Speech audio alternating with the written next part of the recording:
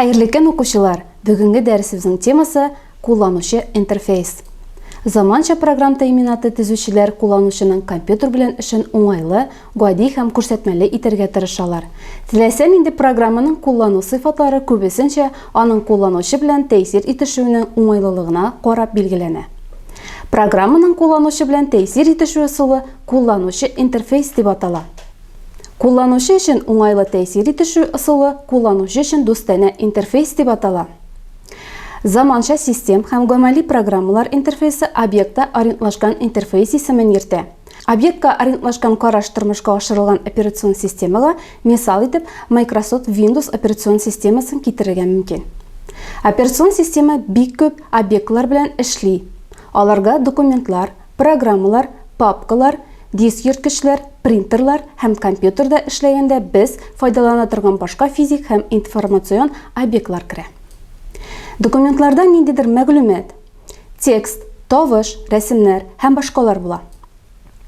Программалар документларны эшкәртү өчен файдаланыла.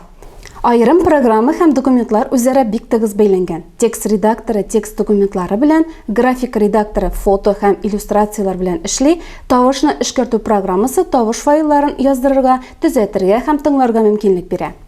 Документ һәм программалар информация объектлары. Диск йөрткеч һәм принтерлар аппарат физик объектлар булып тора. Операцион система объект белән исемне, график тамгаланышны, үзлекләрне, гамәлләрне үз тотышын бәйли. Операцион система интерфейсында документ, программалар, җайланмаларны тамгалау өчен тамгалар, иконкалар һәм исемнәр файдаланыла. Исем һәм тамга бер объектны икенчесеннән җиңел генә аерырга мөмкинлек бирә. Операцион системасында төрле объектларның исемнәре һәм тамгалары экранда күренә. Һәр объект белән билгеле бер үзлекләр җыелмасы һәм объект белән башкарырга мөмкин булган күп кенә гамәлләр бәйләнгән.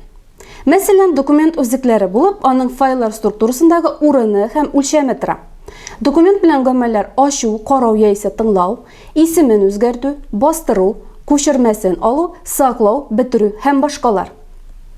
Операцион система төрле объектлар белән эшләгәндә бердәй кулланучы интерфейсын тәкъдим итә. Microsoft Windows операцион системасында объект үзлекләре белән танышу һәм аның белән мөмкин гамәлләрне башкару өчен контекст сайлак кулланыла. Экранда күрсәтелгән контекст сайлакны чакыру өчен объект тамгасын сайларга һәм тычканның уң төймәсе белән чиртергә кирәк. Экрандагы рәсемдә сайлакта соңгысыннан кала барлык пунктлар документ белән башкарылырга мөмкин булган гамәлләргә керәләр. Сайлакның кирәкле пунктын сайлау курсор белән идарә төймәләре яисә манипулятор мәсәлән тычкан ярдәмендә гамәлгә ашырыла. Сайлак, меню, экранга чакыручы исемлек. Кулланучы аннан үзенә кирәк элементны сайлап ала. Әгәр сайлакның үзлекләр свойства пунктын сайласак, экранга шул объектның үзлекләре исемлеге чыгарыла. Шуның белән укучылар темабызның теория өлеше тәмам. Киләсе очрашуларга кадәр сау булыгыз.